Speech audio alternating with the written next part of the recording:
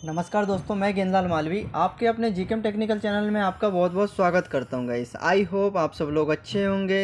यदि आप मेरे चैनल को पहली बार विजिट कर रहे होंगे तो मेरे चैनल को सब्सक्राइब कर दीजिएगा, जिससे फ्यूचर में आने वाली वीडियो की जानकारी आपको पल पल मिलता रहे। तो गाइस, आज आप सभी लोगों के लिए एक बहुत बड़ी गुड न्यूज़ है, क्योंकि आप लोगों को बहुत दुनिया से इंतजार था कि IOCL की अप्रेंटिस कब तक आएगी। तो फाइनली IOCL की जो रिक्रूटमेंट निकली हुई है अप्रेंटिस के पर पे, तो वो फाइनली डिक्लेयर कर दिया गया है। तो मैं अभी IOCL की मेन साइट पर विजिटेड हूँ।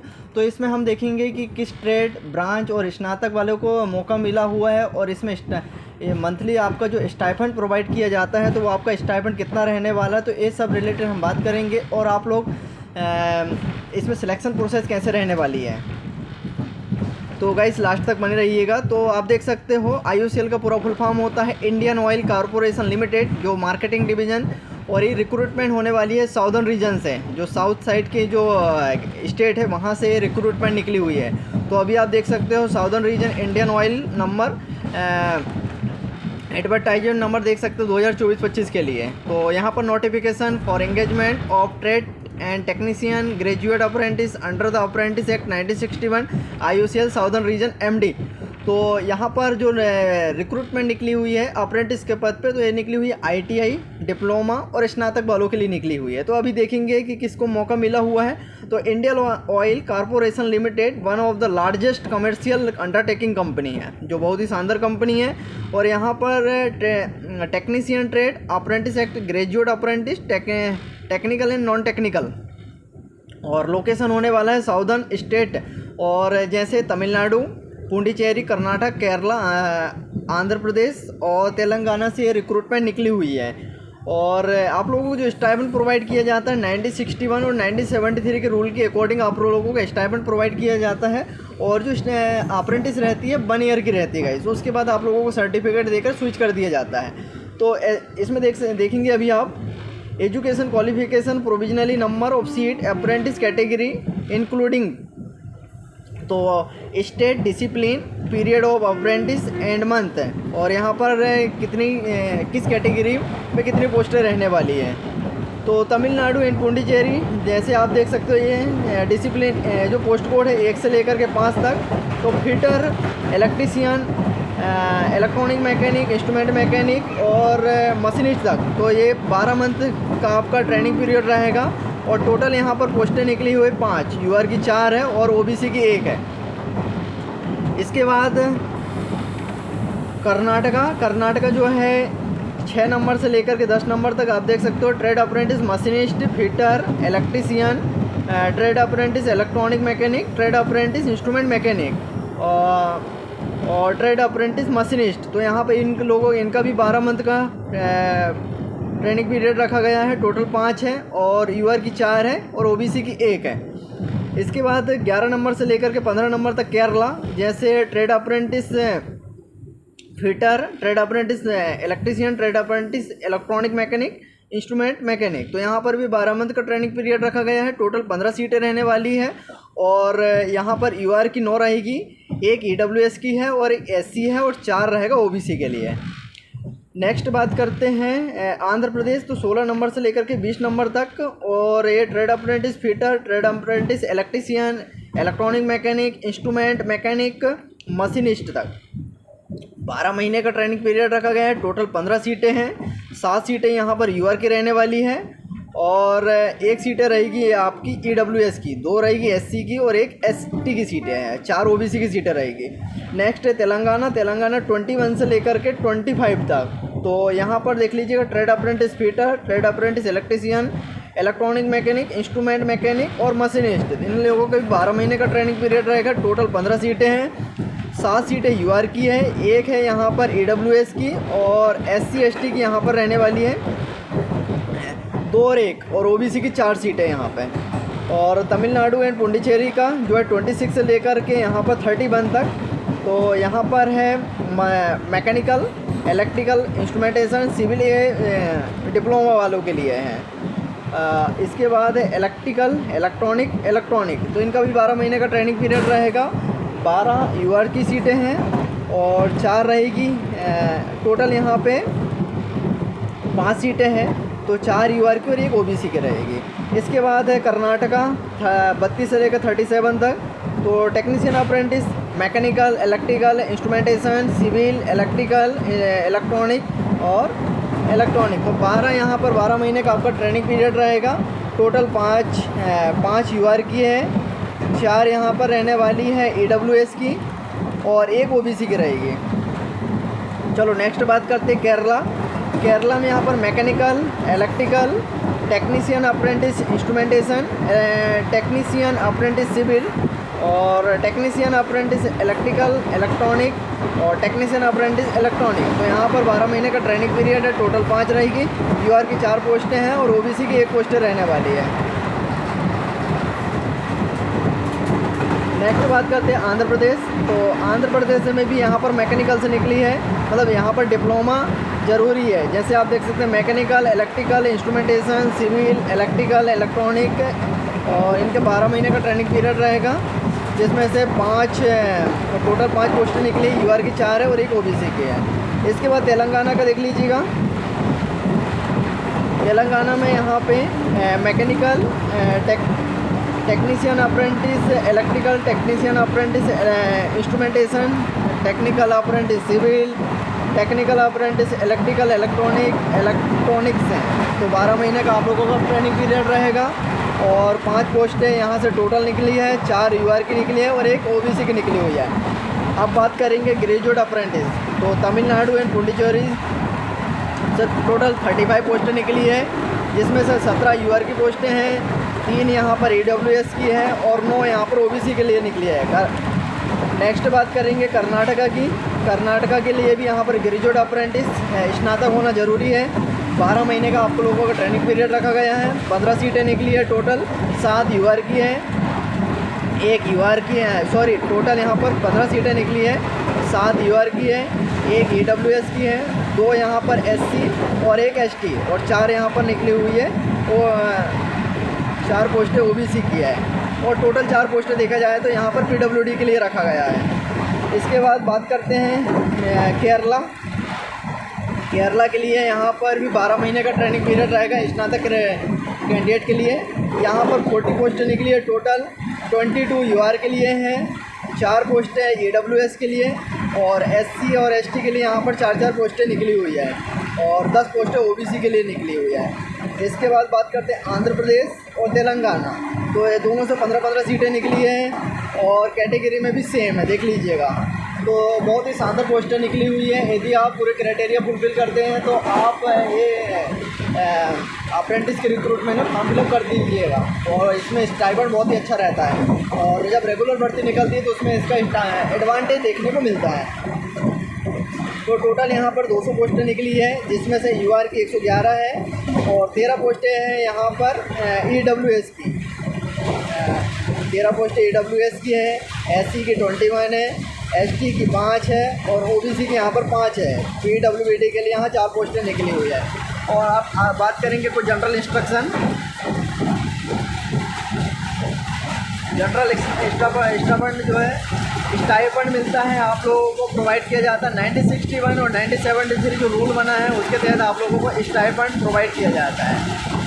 प्रिस्क्राइब क्वालिफिकेशन एलिजिबिलिटी क्राइटेरिया है, जैसे डिसिप्लिन और पोस्ट कोड 01, 06, 11, 16 और 21।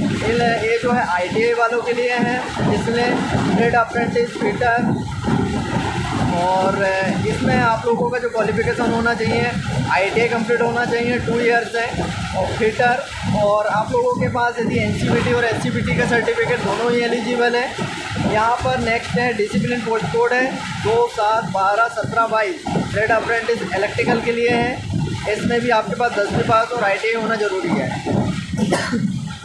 यदि आपके पास NCVT है का सर्टिफिकेट है फिर भी एलिजिबल है, SCVT का सर्टिफिकेट है तो एलिजिबल है। नेक्स्ट है डिसिप्लिन कोड है 3, 8, 13, 18 और 23। ये ट्रेड अप्रेंटिस इलेक्ट्रॉनिक मैकेनिक की है। इसमें भी 10वीं पास और 2 साल की ITI कंप्लीट होना चाहिए, NCVT या फिर SCVT। नेक्स्ट है डिसिप्लिन कोड नंबर 04, 09, 14, 19 और 24। ये ट्रेड अप्रेंटिस जो है इंस्ट्रूमेंट मैकेनिक, इसमें भी 10वीं पास होना ज़रूरी है और 2 साल का ITI कंप्लीट होना चाहिए आपका। इसके बाद डिसिप्लिन है 5, 10, 15, 20 और 25। इसमें ट्रेड अप्रेंटिस होना चाहिए। आप लोग ट्रेड अप्रेंटिस के लिए आपके पास 10वीं पास होना चाहिए और साथ ही 2 साल की ITI कंप्लीट होना चाहिए। मशीनिस्ट से NCPT SCPT दोनों एलिजिबल है। नेक्स्ट बात करते हैं, डिसिप्लिन कोड है 26, 32, 38, 44 और 50। ये है टेक्नीशियन जो डिप्लोमा के लिए है, मैकेनिकल की है। इसमें 3 ईयर का रेगुलर फुल टाइम डिप्लोमा होना चाहिए, वो भी मैकेनिकल इंजीनियर से। इसमें 50% के साथ आप लोगों को पास आउट होना चाहिए। और EWS OBC और कैंडिडेट के लिए यहाँ पर 45 रखा गया है। इसके बाद डिसिप्लिन कोड है 27, 33, 39, 45 और 51। ये टेक्नीशियन अप्रेंटिस है इलेक्ट्रिकल के लिए। इसमें भी 3 ईयर का रेगुलर डिप्लोमा होना चाहिए और डिप्लोमा होना चाहिए इलेक्ट्रिकल इंजीनियरिंग विथ मिनिमम 50% के मार्क्स के साथ। और जनरल EWS एंड OBC के लिए और 45% होना चाहिए SC ST PWD कैंडिडेट के लिए। डिसिप्लिन कोड नंबर है 28, 34, 40, 46, 52। इसमें भी टेक्नीशियन अप्रेंटिस मांगा इंस्ट्रूमेंटेशन से। इसमें 3 ईयर का रेगुलर फुल टाइम डिप्लोमा होना चाहिए इंस्ट्रूमेंट से इंजीनियरिंग विथ मिनिमम 50% होना चाहिए जनरल EWS OBC कैंडिडेट के लिए। और यदि कोई कैंडिडेट SC ST PWD वाला है तो इनके लिए 45 रखा गया है। डिसिप्लिन कोड है 29, 35, 41, 47, 53। इन लोगों के लिए टेक्नीशियन अप्रेंटिस सिविल से आप लोगों का डिप्लोमा कंप्लीट होना चाहिए 3 ईयर का और डिप्लोमा होना चाहिए civil engineering with minimum 50% marks के साथ। और जनरल EWS OBC के लिए है और 45 होना चाहिए SC ST PWD कैंडिडेट के लिए। तो आप लोग फॉर्म फिलअप कर सकते हो। डिसिप्लिन कोड नंबर देख लीजिएगा 30, 36, 42, 48, 54। ये है technician apprentice electrical and electronic के लिए। इसमें भी 3 ईयर का डिप्लोमा होना चाहिए और वो भी 50% के साथ। और SC ST के लिए यहाँ पर 45 रखा गया है। डिसिप्लिन कोड देख लीजिएगा 31, 37, 43, 49, 55। इसमें भी टेक्नीशियन अप्रेंटिस है इलेक्ट्रॉनिक 3 ईयर का रेगुलर डिप्लोमा होना चाहिए और डिप्लोमा होना चाहिए इलेक्ट्रॉनिक से। इसके बाद है डिसिप्लिन कोड है 56 और 60 के लिए। इसमें ग्रेजुएट मांगा है, आप लोगों का स्नातक कंप्लीट होना चाहिए। और ग्रेजुएट अप्रेंटिस है ये एसेंशियल क्वालिफिकेशन देख लीजिएगा BBA BA BCom या फिर BSc होना चाहिए regular full time graduate any discipline और 50% के साथ कंप्लीट होना चाहिए जनरल EWS और OBC कैंडिडेट के लिए। 45 रखा गया है SC ST PWD कैंडिडेट के लिए। यहाँ पर यदि आप लोग यहाँ पर हायर क्वालिफिकेशन नहीं होना चाहिए। हायर क्वालिफिकेशन में देख लीजिएगा ये चीज़ें आप लोगों के पास है तो आप फॉर्म फिलअप नहीं कर सकते हैं। और यहाँ पर नॉट एलिजिबल शो कर रहे हैं कि यदि आप लोगों के पास हायर क्वालिफिकेशन है तो आप लोगों को फॉर्म फिलअप नहीं कर पाओगे।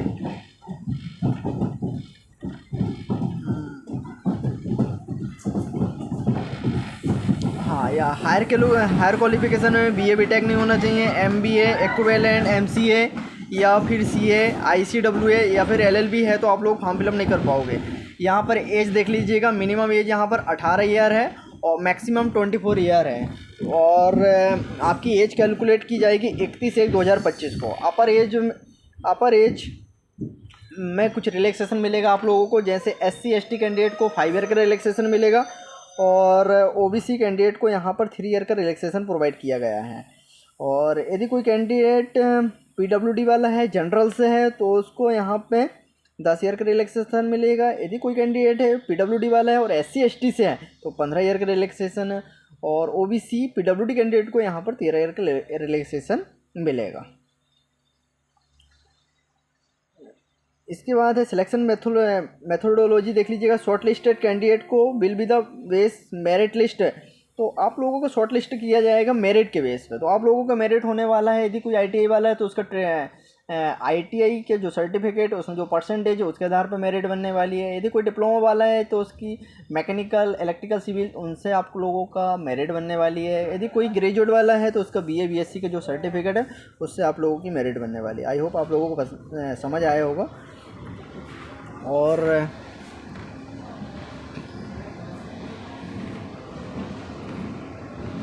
और इसकी जो क्लोजिंग डेट रहने वाली है 16 फरवरी। आप लोगों को अलग अलग फॉर्म फिलअप करना पड़ेगा ट्रेड अप्रेंटिस ITI। तो मैं पूरा इसकी लिंक है अपने डिस्क्रिप्शन प्रोवाइड कर दूंगा, तो आप अपने डिस्क्रिप्शन चेक कर लीजिएगा और उसमें डायरेक्ट लिंक पर जाकर आप फॉर्म फिलअप कर लीजिएगा।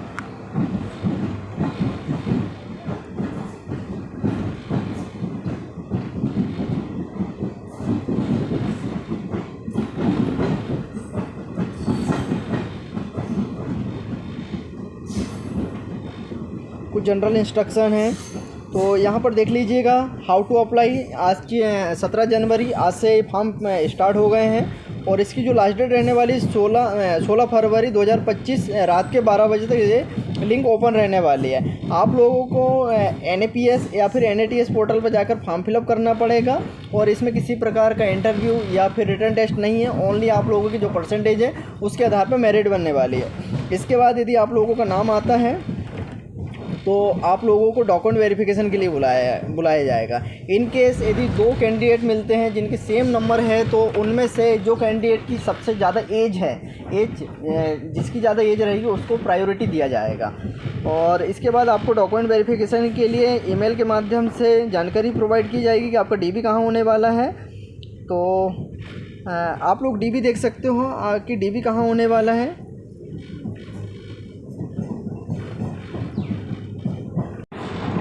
हाँ, आप लोगों का DB होगा साउथ रीजन में office marketing division Indian Oil Corporation Limited at Chennai में आप लोगों का DB होगा। और जब आप लोगों को DB के लिए जाओगे तो आप लोगों को किसी प्रकार का TA या फिर DA प्रोवाइड नहीं किया जाएगा, खुद के खर्चे से जाना पड़ेगा आप लोगों को। और डॉक्यूमेंट वेरिफिकेशन के दौरान यदि आप लोगों का नाम आता है तो सभी इंपॉर्टेंट डॉक्यूमेंट ले जाना पड़ेगा, 2 सेट बना के ले जाना पड़ेगा। उसमें आप लोगों को सेल्फ अटेस्ट और सिग्नेचर करना है और साथ में आप लोगों को मेडिकल सर्टिफिकेट भी ले जाना पड़ेगा।